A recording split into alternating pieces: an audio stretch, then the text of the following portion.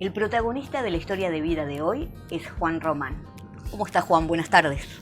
¿Cómo estás, Romy? Un gusto enorme. La verdad que esas cosas que parece que uno lo espera y que en el momento que llega se asombra, porque hoy mismo me decías, vamos a hacer eso y me sentí muy contento. Aparte, todo el equipo, Miguel, vos acá, así que estamos en casa. Juan, ¿cuánto hace que estás en todo lo que tiene que ver con la radio? En este año, en el mes de septiembre, un 1 de septiembre, entré yo a Radio Irapey, va a ser 34 años, que es lo que tiene la radio, lo que va a cumplir. Así que imagínate vos que hace un montón. De esas cosas que también yo pienso siempre, a mí que me gustan mucho el tema de las energías, Romy. Siempre pienso que hay algo o alguien que pone las cosas en su lugar. Yo venía de Montevideo de trabajar en una empresa del cual era vendedor, coordinador de un sistema de ventas que tenía una empresa en Montevideo interior. Y me vine porque mamá y Alberto ya estaban en Salto hace un par de años y me insistían que me viniera con ellos. Cuando llegué en realidad no sabía mucho qué hacer, porque más allá de ayudarlos en su negocio, tampoco sabía que era mío, no sabía qué hacer. Y el doctor Ganso y Milton Viera, que es el hermano de mi madre, me llevaron a Radio Irapey a hacer un programa que llamaba Un Espacio Natural, del cual Milton hablaba de la parte de yuyos y de su mundo natural, y Ganso hablaba de la medicina, y los dos justamente armonizaban en un programa en conjunto. Estaba muy bueno eso. Eran los sábados de 8 de la mañana a 12, era toda la mañana. Y como siempre digo que, no sé por qué se da eso del hecho del padrino, del hecho de un guía, de una estrella. En aquel tiempo que la radio se había inaugurado ese mismo año, en julio. Quiere decir que yo entré dos meses después de la inauguración de la radio. Ya trabajaba Pablo Campilli ahí. Pablo Campilli relató 2 mundiales, una persona increíble, relator. Pablo escuchó mi voz y le gustó, y enseguida le dijo al ruso Giovannoni, que era el jefe de deportes en aquel momento, que me quería como publicista a mí, porque él se daba cuenta que yo leía rápido, que vocalizaba, bueno, esas cosas, y ahí empecé. Mi primer programa fue La Otra Frontera, que hoy el Fede Giovannoni, que es el director de radio, era como el fans número 1 que tenía, que le gustaban las cosas que yo contaba. Ya, yo siempre digo que todo te va llevando a todo, a lo que fue Mil Voces después, a lo que fueron las historias asombrosas después. Todo comenzó ahí, en La Otra Frontera.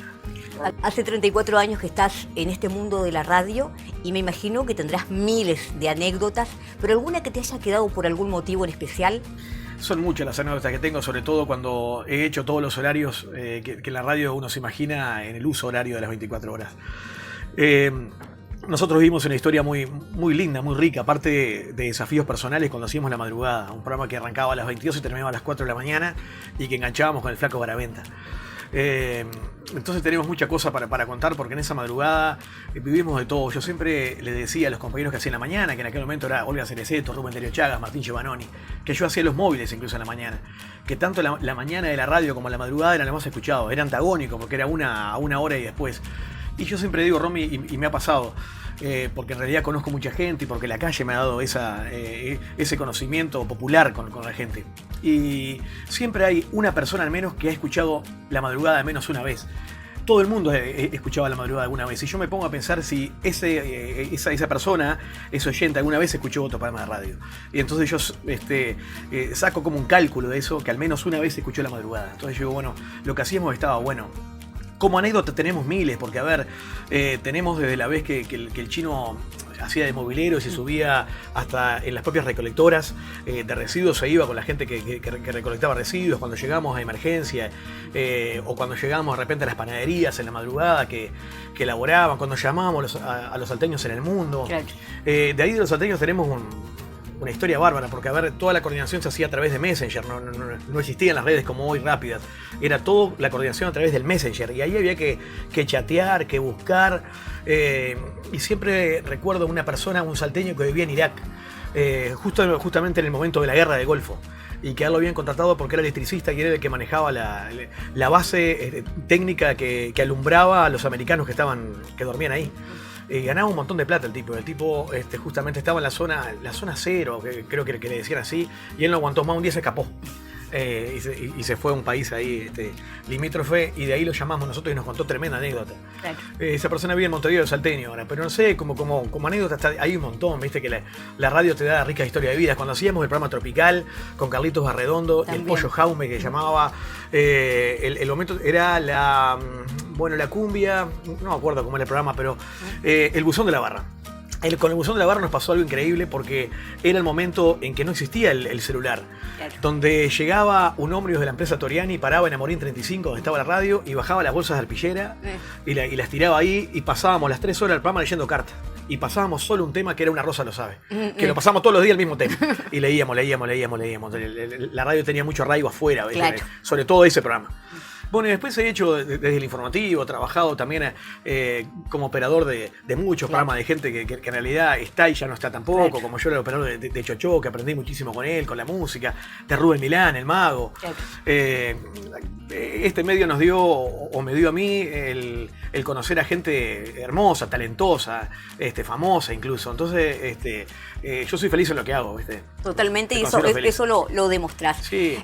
No solamente el tema del mundo de la radio, de llegar al estudio de radio y hacer el programa. También contarle a la gente lo que se vive el día a día, porque vos también producís el programa y son muchas horas de trabajo, ¿no? Sí, bueno, vos estabas acá en la productora nuestra, que es la productora de radio y televisión, pero acá estamos justamente vos estabas escuchando un poco los audios que grabábamos. Acá hacemos un poco de todo, pero a ver, yo siempre digo, en esto... Y a ver, yo voy a poner un reflejo y un referente que fue para mí la persona que en aquel momento me dio la posibilidad, porque si no, no sé qué hubiese pasado. Yo siempre digo que en la vida hay momentos.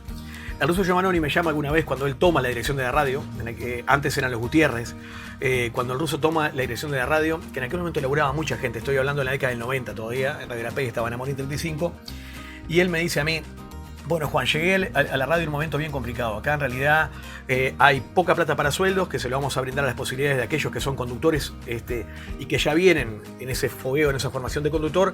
Y a vos, que tenés mucha facilidad para estar en la calle, te voy a proponer lo siguiente. Y él me propone una coproducción. Sí. Y yo no sé por qué, que Ángel estaba de guardia, y ahí le digo que sí.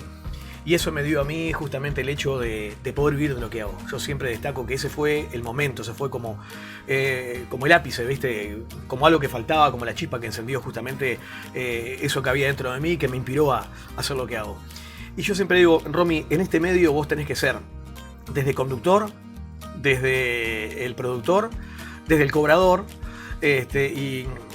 y muchas veces también tenés que hacer otras tareas, como el hecho de grabar, claro, de editar. En realidad todo lo hacemos nosotros. Capaz si viviéramos en un mundo como Buenos Aires o capaz mismo Montevideo, la historia sería diferente, pero en realidad el mundo del interior de la radio creo que les pasa a mucha gente, les pasa lo que nos sucede a nosotros, y lo hacemos con mucha felicidad y facilidad después con el correr del tiempo. Pero bueno, siempre nos cuesta un poco más, porque siempre nuestro trabajo está predispuesto un poco al tiempo laboral de los demás y al tiempo comercial. A ver, yo siempre digo, cuando la calle es para uno es para todos. Cuando es para uno es para todos. Y cuando en realidad las calles están mojadas, las cajas están vacías. Son como dichos que yo tengo y que he aprendido en eso. Y en realidad, a ver, Romy, la situación que uno va preguntando, ¿cómo está? Mirá, viene en alza, perfecto, venimos todo en alza. Claro. ¿Cómo está? Uy, mirá, este mes ha sido desastroso. Y nos pasa a todos. Es verdad. Entonces, no sé si nos pasa a nosotros que somos un poco jornaleros de lo que hacemos, o le pasa también al que percibe un sueldo. Pero eso creo que me ha dado el poder de discernir la calle y saber un poco cómo el comerciante se maneja, ¿viste? Pero a mí me gusta lo que hago, y estoy seguro que vos también lo hacés de esa manera, y que el comerciante muchas veces te da la publicidad porque vos vas en vivo e en directo a ofrecerle la publicidad, charlas con él. Ya es un tema de amistad, ¿no? Es un tema de amistad, y yo siempre digo, a ver, yo siento que formo equipo, que la publicidad forma un equipo. Que la publicidad tiene que ser una cosa que a la persona que te da la publicidad no le cuesta, no lo sienta. Claro. No le puede salir un presupuesto más la publicidad, claro, porque vos sabías que tenés una corta vida. Entonces, a mí me parece que la publicidad tiene que acompañar esos temas. Yo alguna vez, y con respecto a esto, Romy, tuve como no sé, una discusión, pero sí un intercambio de ideas con algún director del canal que no era de Salto. Yo laboraba en Canal 4, y ese director que no era salteño me decía: a la televisión tienen que llegar justamente las firmas comerciales que pueden pautar la publicidad que la televisión marca, y que eran algunas pautas que en realidad estaban muy caras por encima de los precios que nosotros cobramos. Y yo le decía, a mí me parece que la televisión tiene que darle la oportunidad a la gente de que el que puede poner 300 le podemos fijar un paquete por 300. Claro. Usted por 300 puede hacer esto, por 5.000 puede hacer esto. Totalmente. Pero en realidad darle, y eso me llevó a tener una tanda con las 2.000 voces de casi 30 minutos, que era una locura. Esto va a quedar como una historia. Bueno, 2.000 voces tenía 100 gráficos que pasaban durante toda la emisión del programa, en toda la filmación, y a su vez tenía una tanda de casi 30 minutos. Entonces, En realidad, bueno, yo me siento feliz de que los comerciantes me acompañen. Capaz por la forma de ser o no sé, pero digo, es un poco esa relación linda que tenemos sí, con los comerciantes, ¿no? Sí, sí. Bueno, hablando de Mil Voces, ¿cómo arranca Mil Voces? ¿Cómo comienza esa loca idea? Vos sabés que Mil Voces es como... Yo siempre digo que todas las cosas se desprenden de todo, ¿no? No hay una cosa que... en la vida va todo encadenado.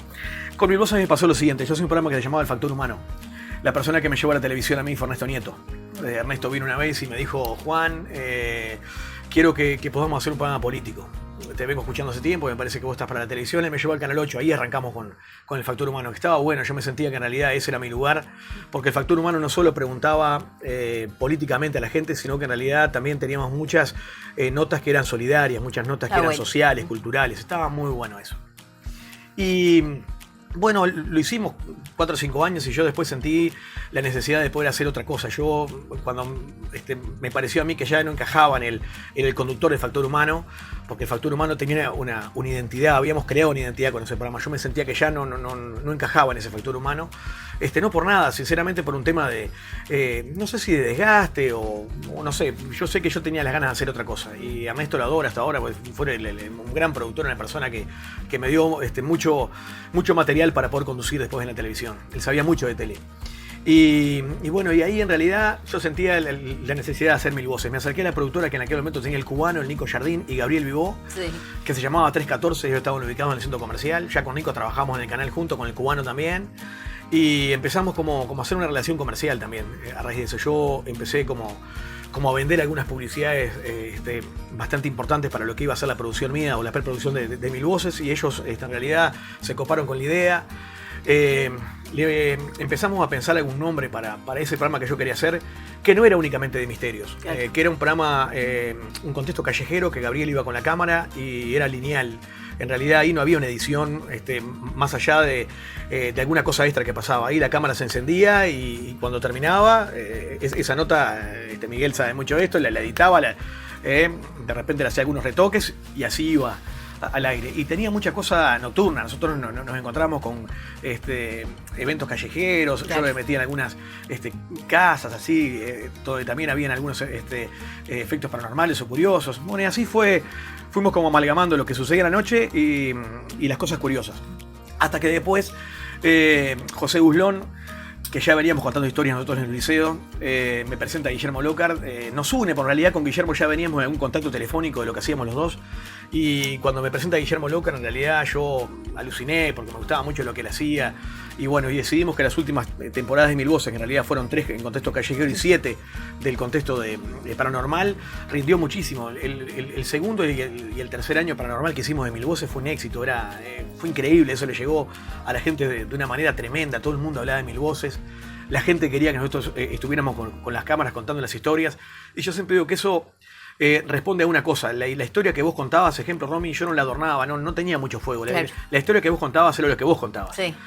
Y tiene todo un trasfondo hermoso que me pasó a mí con 2 compañías de teatro. Una fue La Galera, de Ricardo González Betey, y la otra fue Le Varieté, de Jorge Menoni, que me pasó cosas increíbles con ellos, porque los actores salteños trabajan en cualquier parte del mundo, siempre lo digo, los defiendo a capa y espada. Hay actores salteños que son impresionantes, increíbles. Y a mí me pasaba en la vieja UBA que está ahí en calle Rivera frente al Círculo Esportivo, que iba y cuando ensayaba La Galera yo me sentaba en el medio y se hacía como un fogón 360 y yo contaba las historias que la gente me acababa de contar. Claro. Y los actores lo comprendían, ellos mismos elegían a ver cuál podía determinar ese papel, y al jueves siguiente estábamos grabando ya, recreando la historia. Qué bueno. Sí, la verdad que vivimos un contexto muy, muy hermoso, muy lindo, sobre todo porque Mil Voces era íntimo. Yo siempre digo, Mil Voces era el camarógrafo, un microfonista a veces cuando lo necesitábamos, porque era exteriores, y yo nada más, no era un grupo de gente. Y ellos mismos trabajaban después en la edición, claro, del cual a veces yo participaba, y a veces le decía al Pipo Salati o a Gabriel Vivó o a Nico Jardín, quiero que me sorprendan. Entonces yo veía muchas veces la edición ya terminada en la televisión. Pero hicimos un ciclo hermoso de cosas que nos han pasado, de historias que en realidad nos asombraron, porque nosotros nos dábamos cuenta que nos íbamos metiendo cada vez más cada año en un mundo que, uno muchas veces dice, vos estás loco, esto no existe. No, en realidad existe. Hay que estar metido dentro de eso para poder comprender y llegar a algunas notas que te daban la pauta de que, yo siempre digo, el cielo y el infierno están acá, claro, que la persona lo que contaba lo vivía. porque contabas detalles de todo. Y hay algunas cosas que también siempre decimos, muchas historias que fueron muy buenas nunca llegaron a la televisión. ¿Por qué? Porque la persona a veces me los contaba y 2 días antes de hacer la edición de ese programa se arrepentía, claro, y no quería por el que dirán. Y ahí tenemos un archivo de historias increíbles. O simplemente porque a veces se terminaba el ciclo y al ciclo siguiente no teníamos 4 o 5 historias, claro, y no completábamos para hacer el año. Le pasó a Guillermo, le pasó igual. Tuvimos un techo en las historias. ¿Y alguna historia que te quede, que te por algún motivo te haya gustado más que las otras? Muchas. Muchas me marcan. A mí me marcó mucho la historia del abuelo, que es la historia que le pasó. Yo, Mil Voces lo que tiene es eso. Yo lo puedo fundamentar con nombre y apellido, que eso en realidad le da la realidad a la historia. La historia del abuelo es una historia que en cualquier momento va a estar en algún libro de Guillermo, que es una historia que le pasa a un salteño, que es el hermano del Piqui Trindade. Que está muy buena porque este señor vivía con el abuelo. Él vive ahí en Selmar Michelini, Selmar Michelini, entre Andrés La Torre y la avenida Riague, y lo que le pasaba a Álvaro era algo increíble. Álvaro aseguraba que donde el abuelo vivía, en ese cuarto, había una energía muy especial. Álvaro había convivido con el abuelo durante mucho tiempo, en la época de su niñez. El abuelo dormía en una vieja cama desvencijada, siempre digo, y él dormía en una cama un poco más moderna. A la salida del dormitorio, a las 3 de la mañana sonaba un despertador donde el abuelo tomaba una pastilla. El abuelo había tenido un severo problema de cadera y había tenido una operación sobre esa cadera, lo que él arrastraba la pierna. Así que imagínate que cuando él se incorporaba, venía arrastrando la pierna, claro, rumbo a la cocina a tomar la pastilla. Cuando pasaba por la cama de Álvaro, lo palmeaba, lo tapaba y seguía rumbo a la cocina donde abría grifo y tomaba su pastilla. Esta suerte de ritual se repitió durante casi 5 o 6 años. Todas las madrugadas a las 3 de la mañana, el abuelo tomaba la pastilla. Pero los abuelos no son para siempre, Romy. Claro.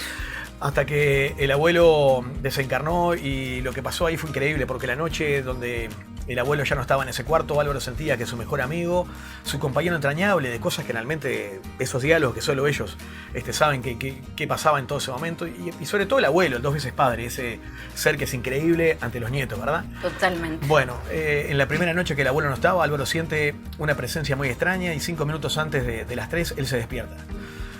Alguien no había reparado en un detalle que no es menor, es decir, que el despertador nadie lo había apagado. A las 3 de la mañana suena el despertador y Álvaro siente que de esa vieja cama desvencijada venía su abuelo. Sintió el sonido, el abuelo venía, del miedo que tuvo se tapó, claro, pero el abuelo no lo palmea ni lo tapa. Siguió rumbo a la cocina, donde sí, abrió la canilla, se sintió y tomó su pastilla. A los 3 meses Álvaro, de este fenómeno que seguía sucediendo noche a noche, no dormía, tenía las notas más bajas, no quería comer. Y llega una vez a su casa derecho y decide hablar con su mamá, y su mamá lo estaba esperando en el living, cosa que no hacía. Él sintió que había una energía muy especial, y cuando siente, la mamá le dice: estás raro, ¿qué te pasa? Y cuando Álvaro le va a hablar, la mamá le dice: ¿me vas a hablar de tu abuelo? No me hable de tu abuelo, ya sabemos que en realidad él convive con nosotros, ¿dónde va a ir si esta es su casa? Qué increíble. Y eso lo liberó a él. El otro día él comienza una vida muy, muy normal. Esta historia que en realidad brevemente te la he contado está en Mil Voces Leyendas, la podés ver. Y ahí pasó una cosa muy extraña. Cuando nosotros llegamos a la casa, se apaga la luz del dormitorio donde vamos a contar la historia. Era un cuarto muy alto donde había que subir a la cama con una escalera y cambiar la lamparita. Lo hicimos 3 veces. A la tercera le dijimos: no lo hagas más. Nico Jardín o el Pipo pone esas antorchas que tienen los camarógrafos, que iluminaban el set de filmación, y pusimos una cámara más, porque Álvaro aseguraba que el abuelo aparecía en un ropero que estaba empotrado a la pared. Qué increíble, ¿no? Y lo que nos pasa fue que cuando él termina de contar esta historia, y cuando la historia llega al punto de la mamá, la puerta donde Álvaro aseguraba que el abuelo habitaba, la puerta se abre y lo golpean en la silla y lo mueve hacia adelante. Sentimos como que el abuelo le tiró la oreja y le dijo: hasta acá la historia. Y eso ustedes lo pueden ver, está en Mil Voces Leyenda, cuando la puerta del ropero se abre literalmente y le pegan la silla de Álvaro y se abre. Y van a ver varios ángulos de esa cámara, que lo filmamos hasta en cámara lenta, para recrear esa historia que fue verdad. Todo lo que han vivido con Mil Voces, Sí, ¿no? muchas cosas. Nos pasó una vez en una casa, yo siempre lo cuento, que queda cerca del hipódromo. En esa casa aseguraban que, envuelto en una nube, en pleno mediodía, una niña, un hombre de color y un gaucho bajaban de una nube y hacían su vida. Y la familia los veía. Yo tenía un camarógrafo que en realidad no creía mucho en estas cosas, y que cada historia que nosotros hacíamos, él me tocaba la pierna cuando volvíamos del auto y me dice: qué cosa increíble, ¿no? Pero sigo sin creer. Claro. A este señor le pasa algo muy increíble, porque en esa historia yo le decía a él: tratá de convencer a esta familia para que cuente la historia. Y él fue 3 veces antes de que llegáramos con las cámaras y que yo fuera a entrevistar. Y cuando íbamos juntos en el auto a contar esta historia, el Nico me dice, vos sabés que en realidad, no creo, pero la hija de Pablo es amorosa, dice, me llevó de la mano rumbo a la casa de él, dice, porque había que pasar una portera, y fui de la mano y bueno, me convenció, vamos a hacer esta historia, me dice. Cuando llegamos, él le dice a Pablo, el propietario del lugar, le dice, vinimos a contar esta historia porque tu hija me convenció. ¿Qué hija? Yo tengo 2 varones. Quiere decir que este productor, amigo mío, había ido de la mano de esa presencia que en realidad, y cuando subimos, le digo, el que te va a tocar la pierna hoy soy yo. Te das cuenta que alguna cosa existe. Qué increíble, ¿no? Sí, mil voces te cambiaba la forma, la manera de pensar. ¿Y en algún momento te dio miedo? Mirá, yo siempre digo que miedo, miedo no sé, porque, a ver, yo entré a varios cementerios de noche, al cementerio central, entramos al cementerio de campaña, estuvimos en la isla del Gato Negro, donde en realidad sentís que la percepción al ser, no sé si es un círculo o que pasa que de noche perdés el sentido de orientación y salís por otro lado donde no ingresaste. Nos ha pasado mucha cosa, pero miedo no, pero lo que sentí sí fue como una presión en el pecho, que yo tenía ganas de salir corriendo y de irme de ese lugar. En calle Diego Lamas, esquina Juncal, había una gomería que le llamaba Juan 316. Ahí vivía el misionero Milton. Les decía yo, Milton era de una iglesia evangélica. Él siempre se lo acostumbraba a ver con un traje a rayitas, marrón claro, y tenía unos lentes de mucho aumento. Siempre peinaba la gomina y con una carpeta debajo de su brazo. En horas de la gomería, Milton, que medía casi 2 metros o quizá 2 metros, andaba con un overol azul. Siempre peinaba la gomina y con esos lentes, para que ustedes se puedan dar cuenta de este señor, el aspecto que tenía, que era bonachón y que era un tipo que evangelizaba. Yo iba todos los meses de noviembre, arrancábamos con la publicidad, los meses de calor en Salto, y en marzo él me cortaba la publicidad. Quiere decir que los meses de calor y de alta temperatura, donde la gente pincha mayormente, él tenía la publicidad. Habían pasado 3 años y yo no iba a la casa hacía mucho tiempo, 3 años de esto, y yo sentía como la imperiosa necesidad de regresar a la casa, de ir. Y no sé, porque yo tenía eso que todos los días decía, tengo que visitar a Milton, tengo que ir a Milton. Eso me pasó, una cosa increíble. Llego a la casa de Milton y donde estaba la gomería, la fachada había cambiado. Y yo no me daba cuenta si era esa casa o la casa de al lado. Golpeo en la casa y sale su señora. Y su señora me dice, Juan, te estábamos esperando. Cuando ella me dice esto, yo la encuentro que su rostro en realidad no estaba feliz. Tenía como unas ojeras muy pronunciadas y estaba extremadamente delgada, como viviendo una situación crítica dentro de la casa. Cuando ella me dice, sentate, vamos a charlar. Ella dice, le digo, ¿y Milton cómo está? ¿No te enteraste? Me dice ella se para. Me dice, Milton murió hace 3 años. Y yo no podía creer, sí. Me dice, ¿cómo te lo imaginás a Milton vos? Y la imagen que tengo de Milton era con su traje marrón, con sus lentes y con su carpeta bajo el brazo. Tenés razón, él no está muerto, él anda evangelizando, me dice. Y a las 10 de la noche aparece en el sillón donde está sentado vos, y bueno, y aparece ahí y hablamos. Y ese diálogo se prolonga durante toda la noche, me dice ella. Y yo pensé que en realidad esto no era real. Claro. En realidad, de tantas cosas, de tantos relatos que yo he tenido, ese relato pensé que no era real. Hasta que fuimos con el Pipo, montamos las cámaras y esa noche a las 10 menos 10 sentíamos como una energía densa, una cosa negativa. Había como algo muy raro ahí. Pero no pasó nada, él no apareció ni nada, y yo seguimos charlando con la mujer. Al otro día quedamos de ir nuevamente, fuimos 9:30, preparamos las cámaras, y 10 menos 10 pasa algo muy increíble. Es como si en un sillón, a ver, lo que mi mente captó en ese momento, yo sentía como que abajo del piso había algo que tiraba con una tanza el asiento, y ese asiento se hundía. Pero lo curioso es que desde el techo venía como si fuese, como cuando vos quemás algo que la brasa, como cuando quemás un papel, que el papel sale encendido en llamas. Yo sentía y veíamos como que venía del techo algo así, como si fuese una gasa negra que caía en la silla. Eso yo se lo conté a Emanuel Ardamán, que fue lo que yo vi, y el Ema lo plasmó de una manera increíble en ese capítulo del misionero Milton, Juan 316, que está en Mil Voces, usted lo puede leer, cuando hay como una tela así que cae en la silla. Ese efecto habrá durado unos 3-4 segundos. Y ahí la señora me dice, bueno, ahí está tu amigo, preguntale. Y yo en realidad ahí tenía ganas de salir corriendo, porque tenía como una opresión en el pecho, no supe qué decir. Nunca había haber presenciado algo de tal magnitud. Y fue en realidad como para mí el hecho de darme cuenta que en realidad no estamos solos, que hay otro plano que no sé por qué circunstancias o bajo qué circunstancias interactúa con nosotros, y que nos muestra permanentemente que el otro plano está ahí. Por eso siempre digo que el infierno y el cielo están acá en la tierra, y que ese plano interactuó con nosotros en ese momento. Y que no sé si él estaba evangelizando o no, pero que yo sentí la presencia que él estaba ahí. No me animé a preguntarle nada. Milton debe seguir evangelizando en su casa o en el barrio. Ya la gomería no está, y esa imagen ustedes la pueden ver. lo que vi lo plasmamos, y lo que vi en realidad me dejó con el corazón, ¿viste? Sí, me imagino, obvio. Que yo tenía ganas de salir de ahí Claro. corriendo, fue lo que me pasó.